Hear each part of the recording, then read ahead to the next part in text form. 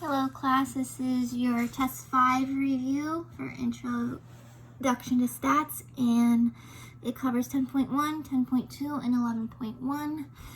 Like I say every time, this is not comprehensive, so you should also be utilizing your homework and quiz material as another source of study, but this is obviously going to help you understand the mechanics. Conceptual wise, you're gonna have to rely on your homework for those type of problems, but again, this one will focus more on the mechanics and calculations that are involved in these 3 sections.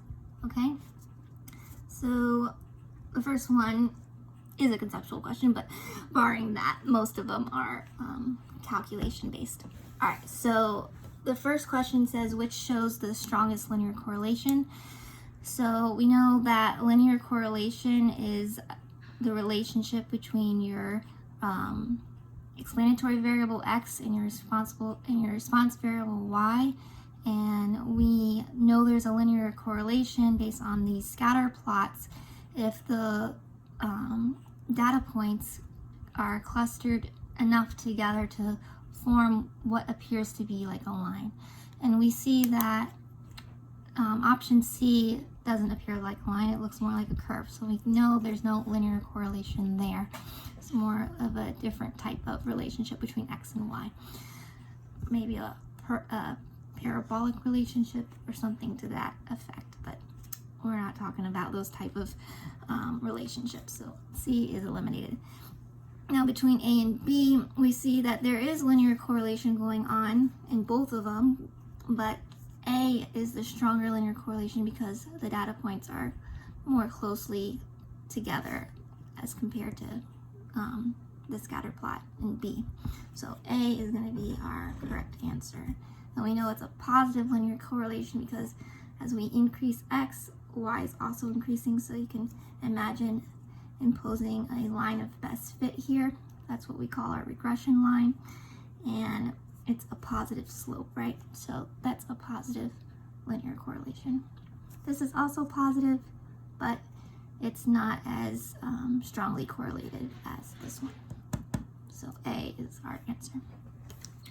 All right, number 2.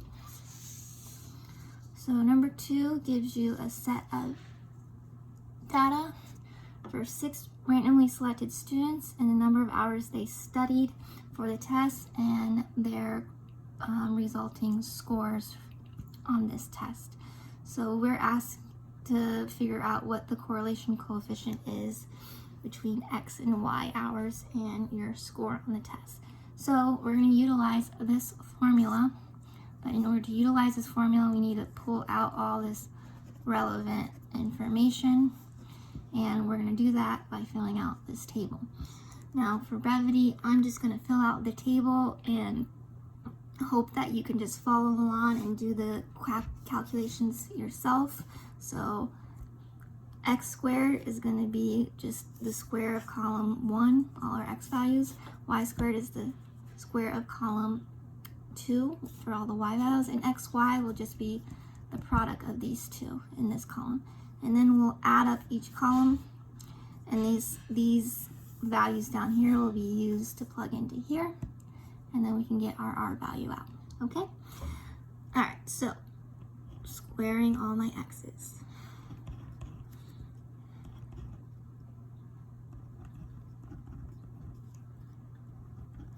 Now squaring my y's.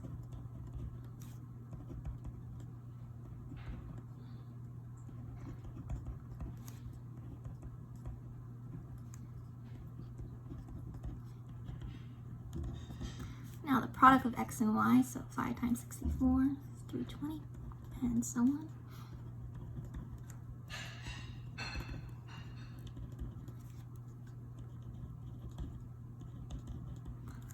Alright, now we're going to add the column totals. So for this one, I get 44. The sum of the y's is 451. This is 358. This is 34,699, and this is 3,345. So we're going to use these values and plug it into our correlation coefficient formula. So we know, so I'm just going to reproduce this down here with the inputs. So we have n is our sample size. We have 6 students, right? So that's n is 6. All right.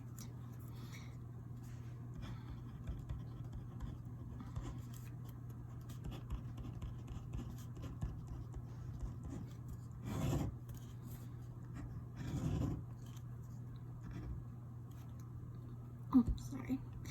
This is 1 square root, and you have another square root.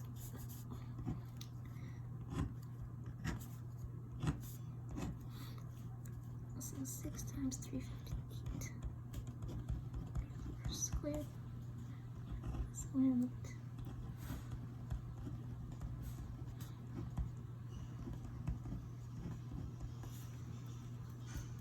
Alright, and when you do this, so we have 2 square roots here. So compute those separately, and then once you get the square root values for this one and the square root values for this one, and then multiply them, and that will be your denominator. So you should get 226 for your numerator, about 1008.026 roughly your denominator, and when you do it, you get 0.224. So my correlation coefficient is 0.224. If you recall, your R value can only be between -1 and 1, like 1 being the strongest positive correlation and -1 being the strongest negative correlation. So if you get a R value outside that range, like 2 or -2, then you know you did something wrong, okay? We see that our correlation coefficient is 0.224. It's not anywhere near 1 or -1. It's closer to actually 0.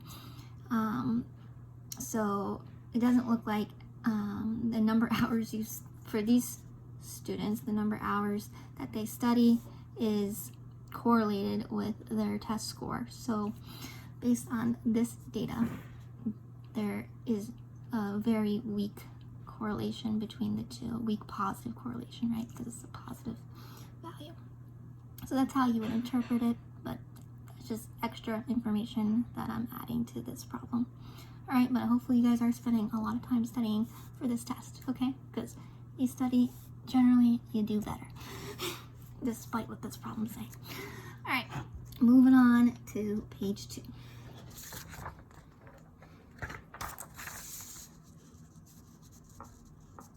Okay.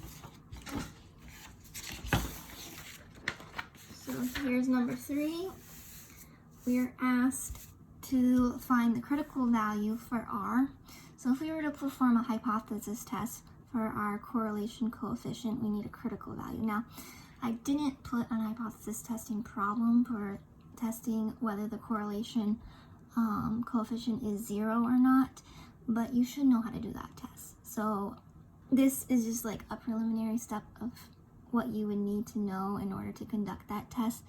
So know how to do that test, despite the fact that I did not include the test, an example of doing that test on this review. Like I said, not comprehensive. You should be looking outside for other sources of problems to practice the material, okay?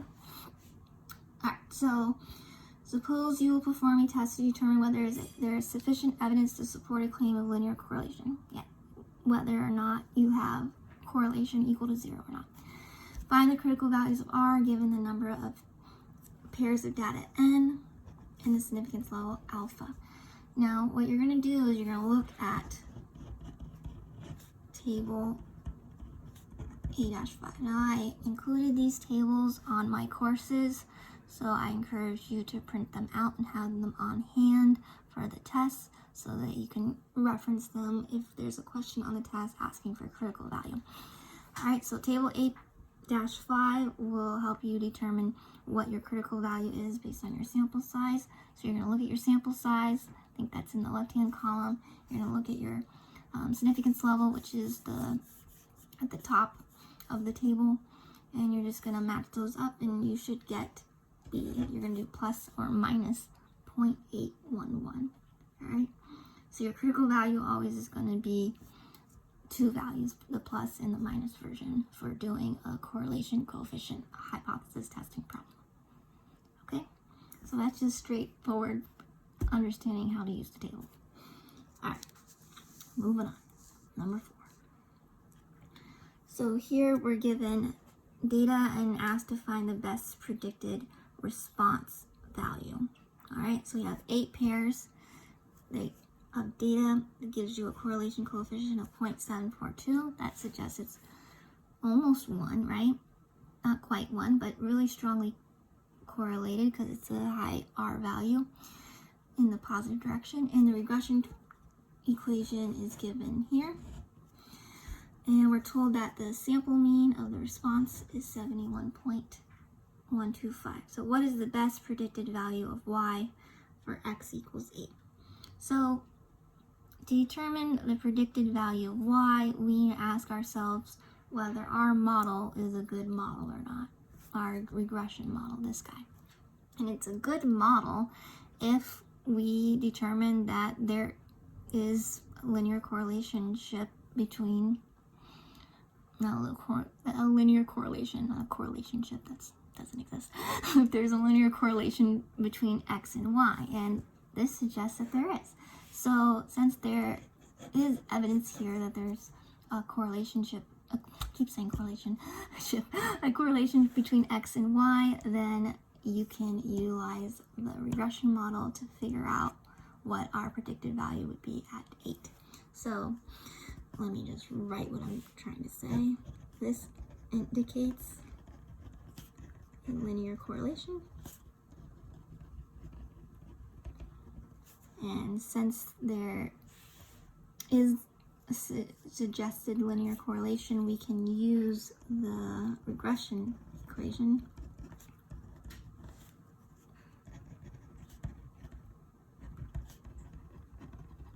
and just plug in 8 and figure out what our predicted response variable would be.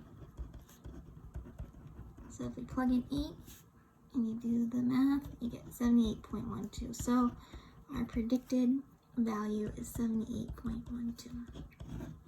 Okay. Number 5 is the same instruction. We get an R value, this time 0.0003, which suggests there is no correlation between x and y. We're told this is the regression equation that was generated from this sample data of 10 pairs, and we're told the sample mean for the y values, the response values, is 5. So what is the best predicted value at x equals 2?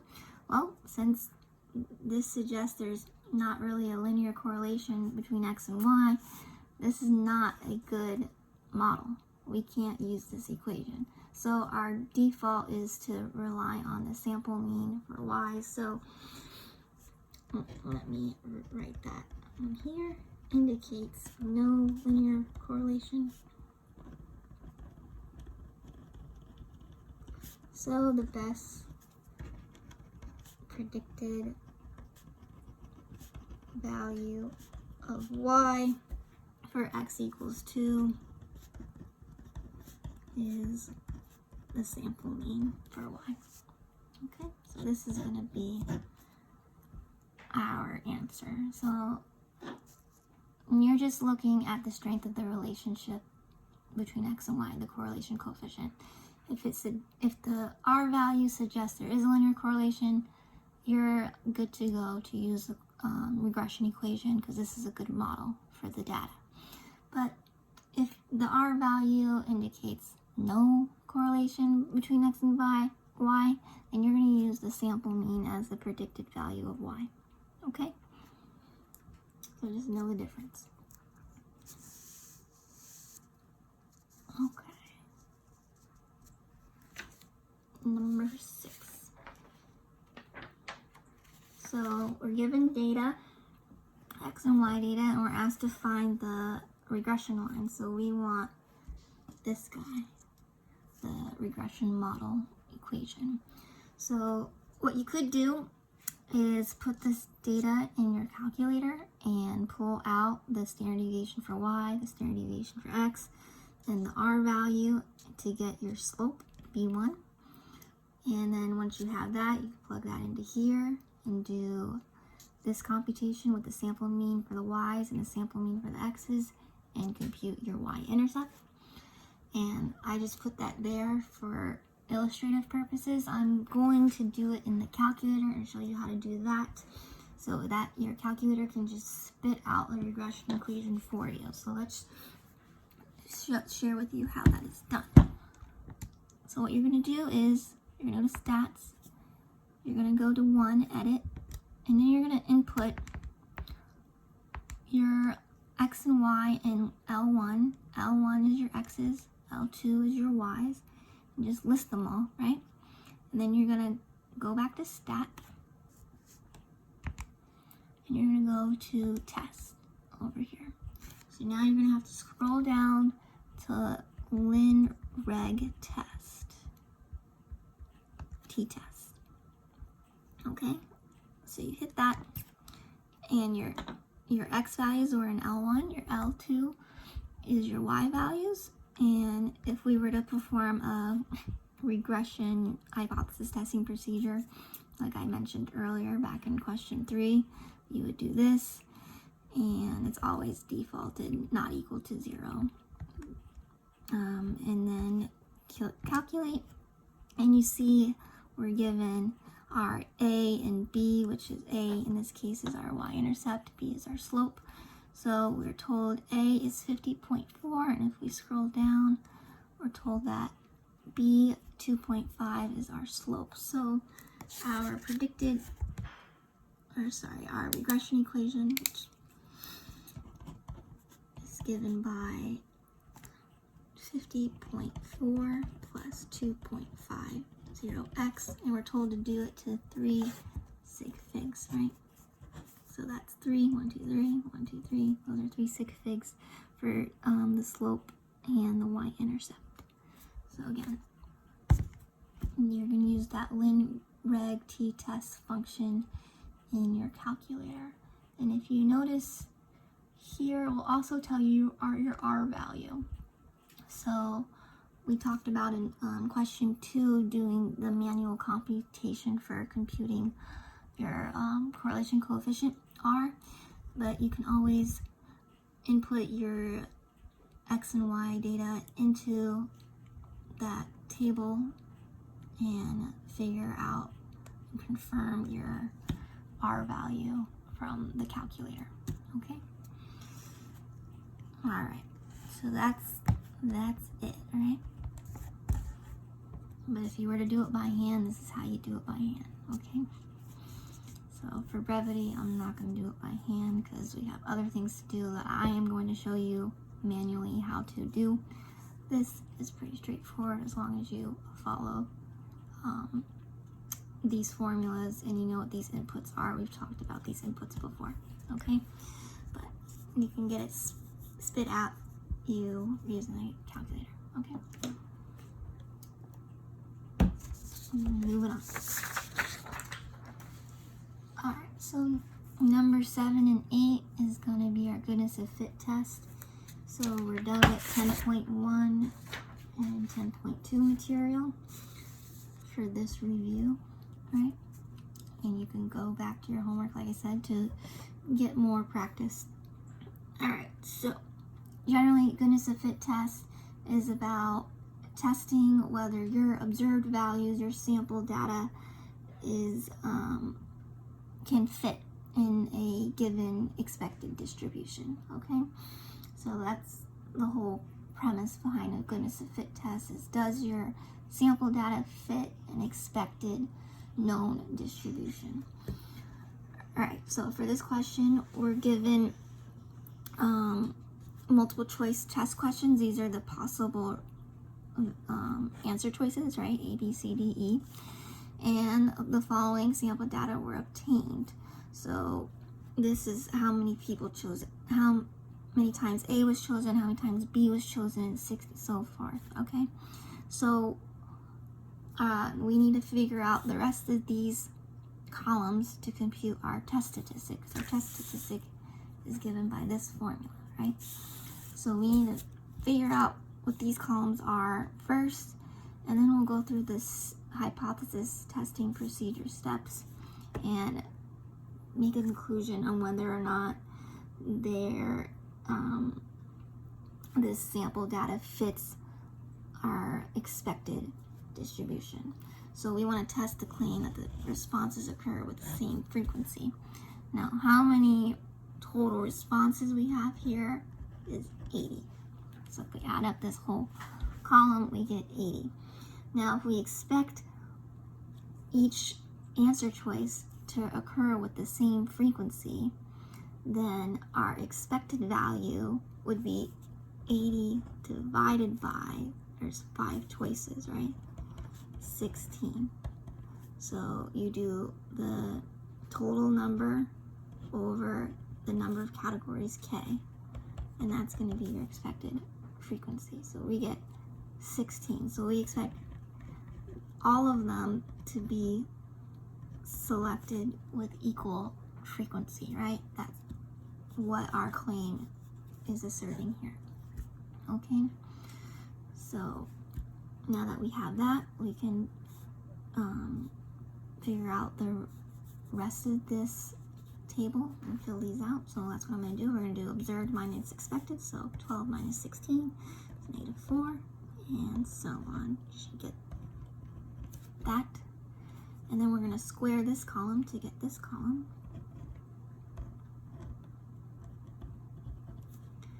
And then after that, we're going to take this column and divide it by this column.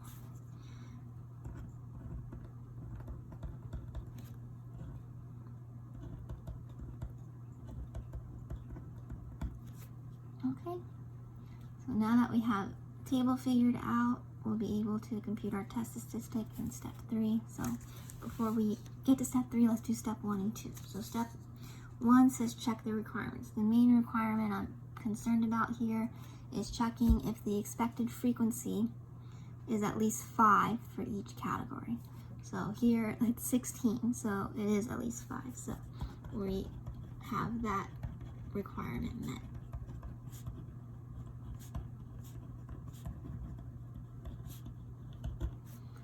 Right?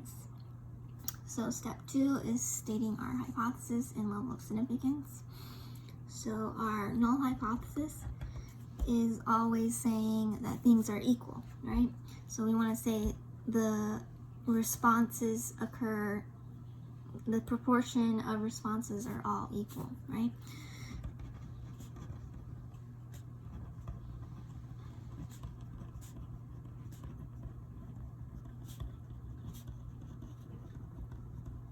So that's what that is even our claim from the beginning, right? And then our alternative is the proportion of responses are not equal.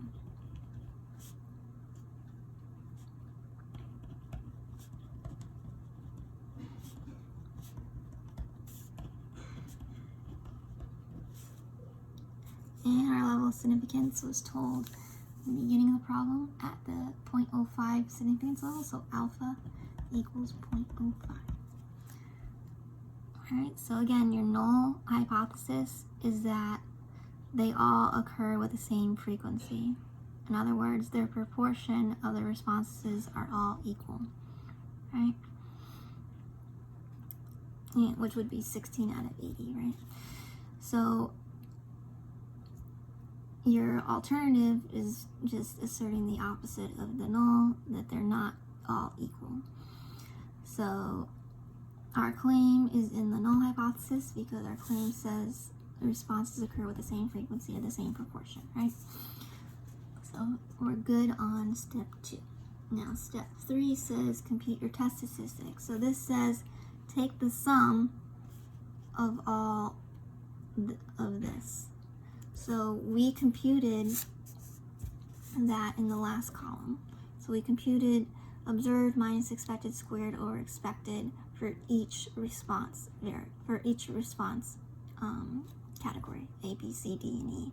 Now this just says add those all up. So if we add those all up, we get 1.875. So this is 1.875. Okay, so that is our test statistic. Now we'll go to step 4. So now we have to make a decision using the critical value method or the p-value method. I will show you both. So for the critical value method, you need to get a critical value. And you're going to get your critical value from table A-4. And what you'll need is your degrees of freedom. Your degrees of freedom are k minus 1, so number of categories minus 1. Here we have 5 categories, so 5 minus 1 equals 4 degrees of freedom.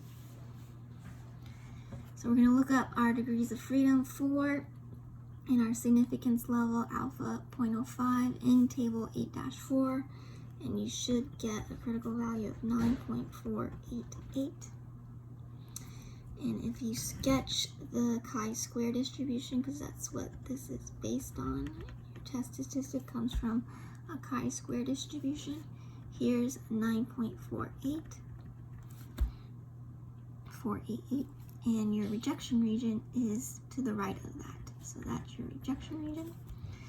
Where would our critical value lie? Well, 1.875 would be to the left, right? Anything to the right is greater than 9.488. 1.875 is less than 9.488, so that's over here somewhere. So it's outside the rejection region. 1.875 is outside rejection region, RR. So if it's outside, we fail to reject the null. If we fail to reject the null, that means we kind of just keep it, right? So that is our decision. Now if we do it in our calculator using the p-value method, you're again going to input your observed and expected. Let me just clear this out. You're gonna hit stat, go to edit. Now I just put it in L3 and L4, so you put your observed values. I did it in L3. If you want, clear L1 and L2 and restart it again. But I'm putting in L3 is my observed values, my expected values, is that they're all the same frequency at 16 a piece. And that's your input, and then you're gonna go to you're gonna go to stat again, hit stat, go to stats, test, and then you're gonna go to scroll down to chi-squared goodness of fit test. Okay, hit enter. But this time you're gonna have to change your observed and expected columns. You're not in L1 and L2, we're in L3, so I'm gonna go second 3, because that's L3 for my observed. Then I'm gonna hit second number 4 for L4, because that's where my expected is. And my degrees of freedom is 4, right? Number of categories is 5, and then minus 1 is 4. And you're gonna hit calculate. And you see here that we got our chi-square test statistic, confirms what we got by hand, 1.875. And our p-value is 0.7587. Alright, so that is greater than our alpha value, which is 0.05, right? So anytime our p-value is greater than alpha, we fail to reject the null hypothesis. So it confirms what we got using the critical value method, so we know we're on the right track. So remember, p-value has to be less than alpha in order to reject, otherwise it's fail to reject. So if we fail to reject the null, then how do we word the conclusion? So we're harkening back to test 4 material on phrasing the conclusion. So our claim is here, right? It's in the null. So we fail to reject the null, so there's not sufficient evidence to warrant rejection. can't reject of the claim that the responses occur with the same frequency. Okay, so our claim is the null. We fail to reject the null, so there's not enough evidence to reject the claim. That's pretty much what I'm saying, and then reciting what that claim was, that the responses occur with the same frequency or like the same proportion. They're just, frequency and proportion are just two different ways to describe the same thing. Okay, so that is the goodness of fit test for this problem. So just be aware of how to compute it by hand. Of course, you have your calculator to verify what your test statistic is and to extract your p-value. But if I ask you to do it by the critical value method, you're going to have to know how to use your table and extract that critical value out. Okay? And I'll always know how to word your conclusion. So you may have to revisit how to word your conclusion from the last test if you're still a little not confident on how to do that. Okay? Alright, now the last problem is another goodness of fit problem. And it uses Bedford's law. So I know there was a problem on the homework regarding this, so we're doing another one for your test review. Okay? So this is Bedford's law. That is what the table is displaying. It says that the leading digits have this frequency or proportion of occurrence. So the leading digit being 1 occurs about 30.1% of the time. If the leading digit is 2, that occurs about 17.6% of the time. Alright, so this is what we are going to reference back to when we do this problem. So, problem 8. When working for the Brooklyn DA, investigator Robert Burton analyzed the leading digits of the amounts from 784 checks issued by 7 suspect companies. His findings are summarized below. So, he found that the leading digit of 1 occurred 0 times out of the 784 checks. The leading digit of 2 occurred about 9 times out of the 784 checks, and so on and so forth. So, if the observed frequencies are substantially different from the frequencies expected with Bedford's law, the check amounts appear to result from fraud. So, if this is substantially different from what we would expect under Bedford's law, then we know there was fraud that occurred.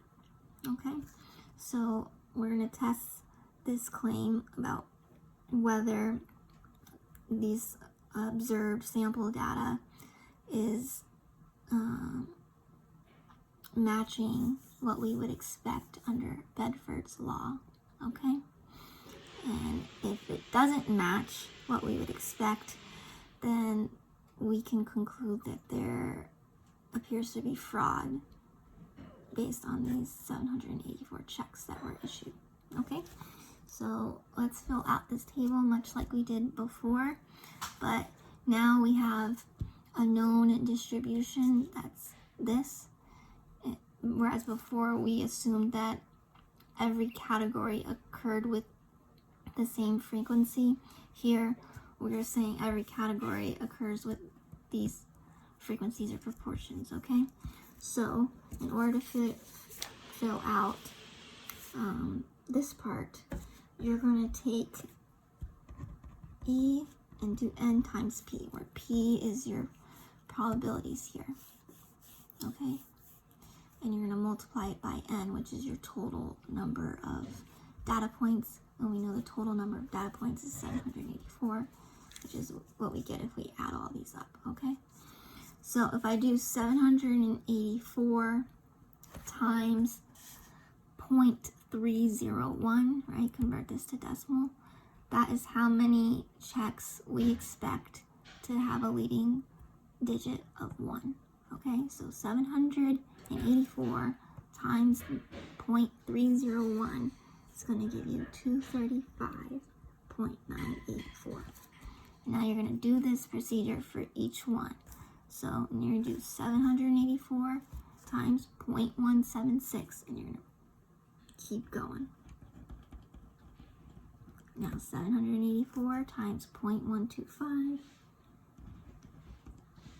Now I'm going to shut up and fill out the rest of it so you get the idea. Okay? So your n is 784 and your probabilities are up here. Okay?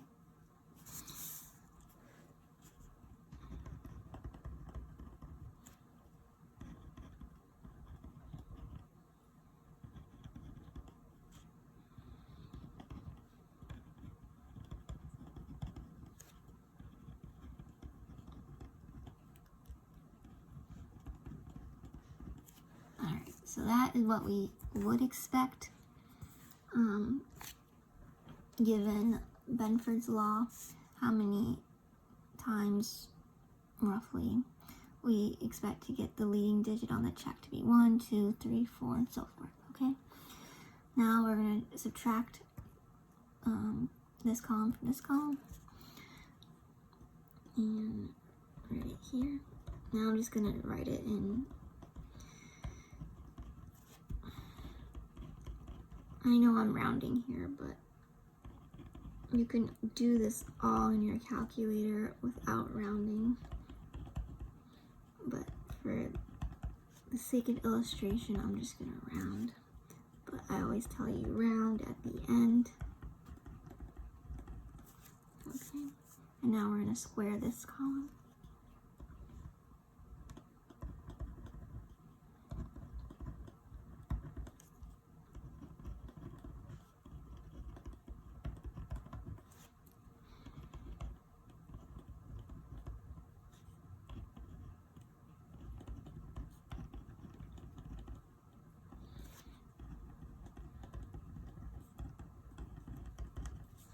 And then you're going to take this column and divide it by this column to get here.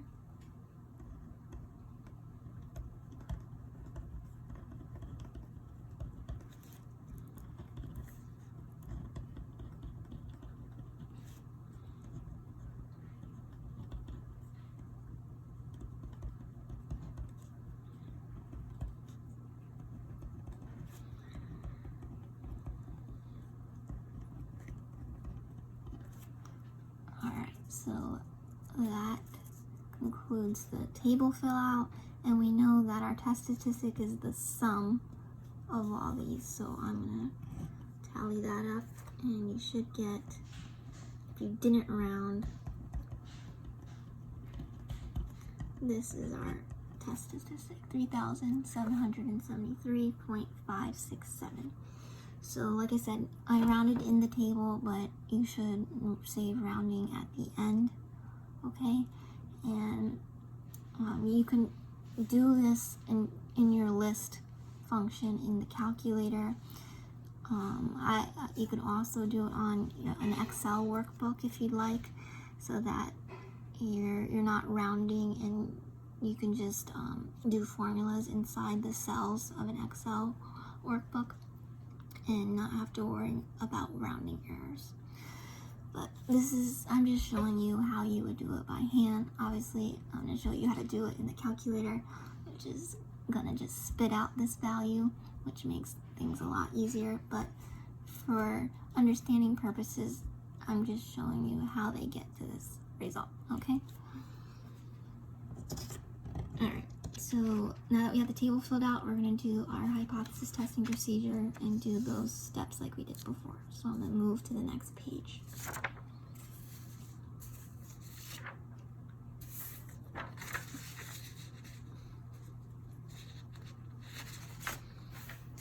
Alright, so same requirement check is checking if the expected frequency is at least 5.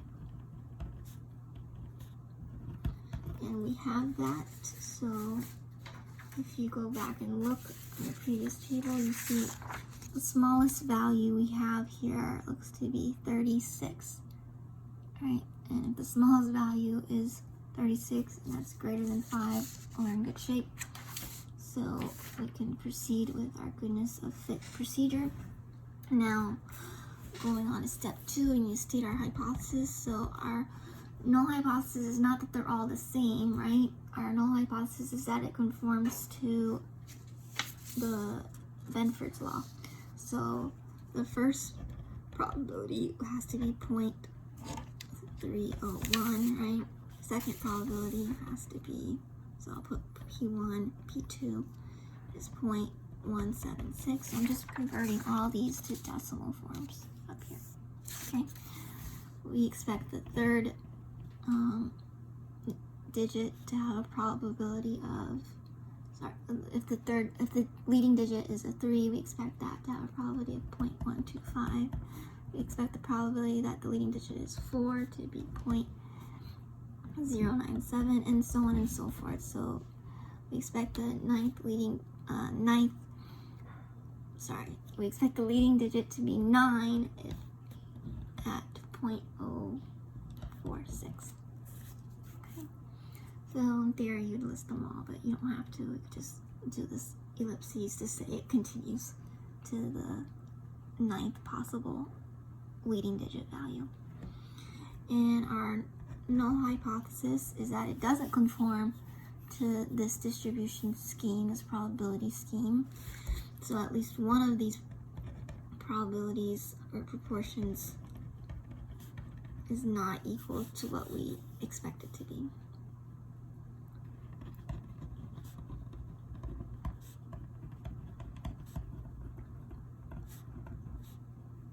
To the claim, this is our claim, right, that they conform to Bedford's law. So our alternative is that they're not equal to the claimed value. Right, and again, our alpha is 0.05. If you refer back to the question, it says use a 0.05 significance level. Okay. Alright, and we said that our test statistic was 3,773.567. And again, I'm going to show you both methods, the critical value method and the p-value method, to get our decision. Now we're going to use again table 8-4 to get our critical value out, and we need to know what our degrees of freedom are. That's k minus 1. So how many categories for the leading digit? There are 9, right? The leading digit can be 1, 2, 3, all the way to 9. So 9 minus 1 is 8, so we have 8 degrees of freedom. So if we look it up in table 8-4 at 8 degrees of freedom with this level of significance of 0.05, we should get 15.507. And if we sketch this is our chi-square distribution. Here's 15.507. This here is our rejection region, everything to the right. We know 3,773, our test statistic is inside the rejection region, so we reject. Inside rejection region, so reject the null. Alright, now let me show you how to do it in your calculator once again. We want to get the p-value out, so you're gonna again input your observed and expected. So here I did that on L5 and L6. So L5 is the list of all my observed frequency values. L6 is all the expected frequencies after I multiplied 784 times each of those probabilities according to Bedford's law. You would get all these down here. And then you're gonna go back to stats, and you're gonna hit stat, and you're gonna go to test. Again, scroll down to chi-squared goodness of fit test. And now, since I put my observed in L5, I'm gonna go second, number 5, because that's L5. And then for my expected, I put it in L6, so I'm gonna go second, number 6. So I have L6. Degrees of freedom, we said it was K minus 1, so 9 minus 1 was 8. And then we're gonna hit calculate. And here we get our test statistics, which is what we got computed by hand. And we get our p-value is 0. So our p-value is 0, which is obviously less than 0.05. So if our p-value is less than our alpha value, we reject. The null hypothesis. Alright, so obviously computing the test statistic is a long, drawn-out procedure, but I wanted to show you how that was done utilizing the table on the previous page. But obviously, the calculator, if you do the right procedure and enter in your data correctly in your list function, then you're in good shape, and just do the stat test. Go scroll down to chi-squared goodness of fit test, put the appropriate list for observed and expected, and click your degrees of freedom, make sure that's correct, and click calculate, and it spits out that test statistic for you, and you don't have to do the long drawn out procedure with a table. But again, I wanted to show you how that's done for just understanding purposes and know where it comes from. Alright, so now that we have our decision, we need to phrase our conclusion. So again, our claim is the null hypothesis, that it follows Bedford's law and conforms to these types of probability values. So we're rejecting the null, so there is sufficient evidence to warrant rejection. Sorry, there is sufficient evidence to warrant rejection of the claim that the leading digits